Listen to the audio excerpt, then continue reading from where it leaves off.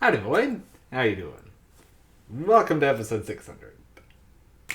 Oh, 599, because technically I did a 2-in-1 way back in my first days.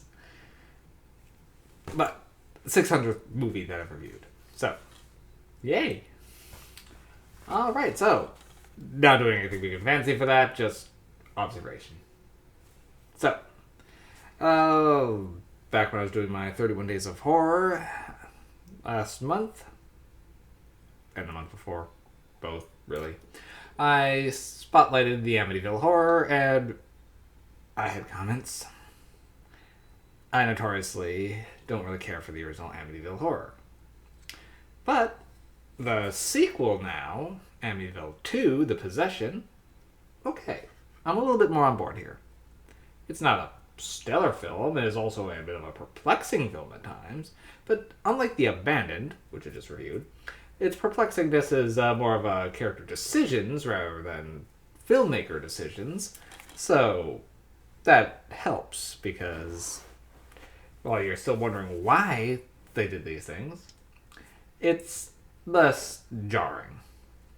Now, I'm not sure the context of this film exactly. That is a little bit of a oddity because, okay, Amityville 2, you'd think it'd be a sequel.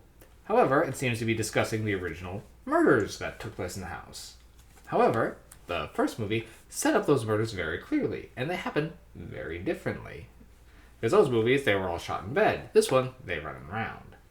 Also, they keep making a point of how the person who perpetrated the murders looks a lot like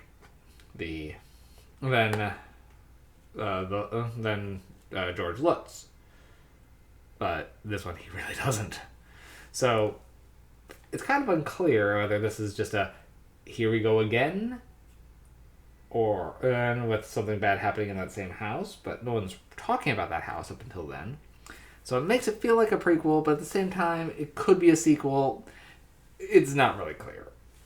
Also, the pit that they uncover in the first movie seems to be more of just a crawl space in this one, so the house is even a bit different, so it's just a movie based on the same premise, is there more to say. This one being more based on the original murders, it may not fit directly in continuity with the first movie. Especially since the only hints of the demonic pig from the first one are just this weird drawing on the wall.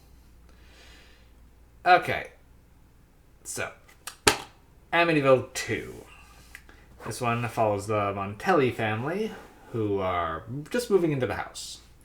Now, the father is got to be one of the scummiest fathers I have seen on cinema in some times. He demands obedience from his kids, he belts them, he smacks his wife around. He's not a good guy. And he just exudes an aura of sleaze and grease. So the performance is very good by this guy. He's going all out, and he's really working for it. You enjoy disliking this guy. Now, so through most of the movie, it seems to be following the kids more, as well as the priest. Now, Sonny is the main boy who's getting possessed in this film. He's then they don't really spend a lot of time showing why it's him. It just kind of is. So, essentially, strange things begin happening pretty much almost right off in this film. Unlike Amityville, which they were the original Amityville Horror, where things were very slow burn and like time would pass between each thing, and they would just be strange or anticlimactic, like the ghost stealing money. This one, things are just happening right off the bat. Doors are opening. People feel presences grabbing them. Paintbrushes are painting demonic murals on the wall. Things are going on right away. And it's after being left alone in the house, after not feeling well, Sonny gets possessed. Now, Sonny does a lot of bad things while he's possessed, including this odd... You can't talk about this movie without talking about incest. That's just how it be. So, even before he gets possessed, he's got a lot of chemistry with his sister.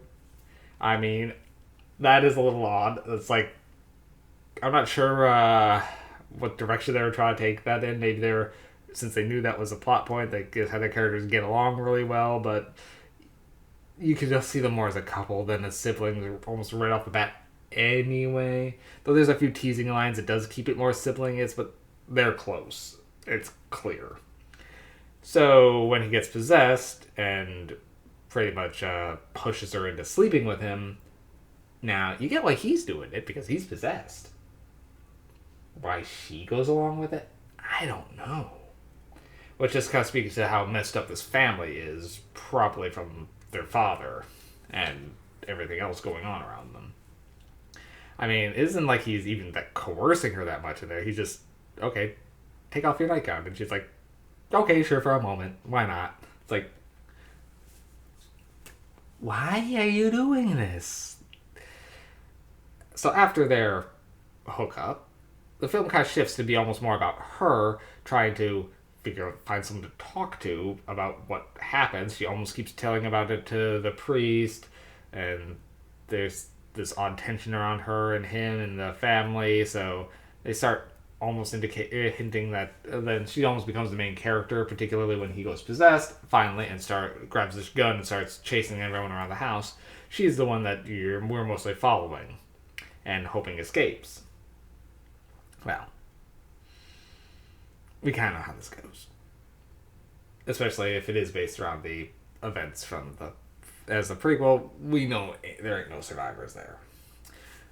So, he does get arrested, and however, then the movie kind of shifts to following more the priest and trying to get clearance to get him an exorcism, because the priest knows he's possessed, but the church keeps not doing anything to help.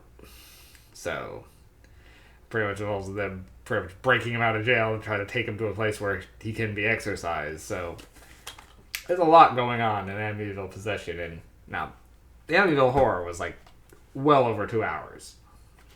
This one, hour and 45 minutes. So it's less time and a lot more is going on and happening. So the movie's a lot more dynamic, which is what makes it work a lot better for me.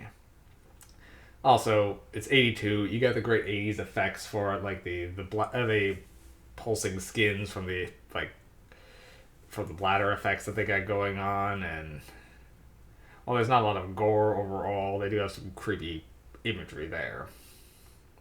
And also, this film, for an 80s film, usually you don't kill kids. This one, they don't shy away from. They don't directly show it, but they heavily imply, for one, that the little boy just got blown away, and the other, for the daughter, like, you actually see her feet just laying there after it, so it's like, they actually go for it. And I give it points for that. Overall, it's still not a great movie, but it's a much better one than Amityville. Like, I give it one a pretty negative one. This one, I actually give it like above average. I give it 6 MacGuffins. It's not like great, but it's worth seeing, particularly if you enjoy a good possession flick.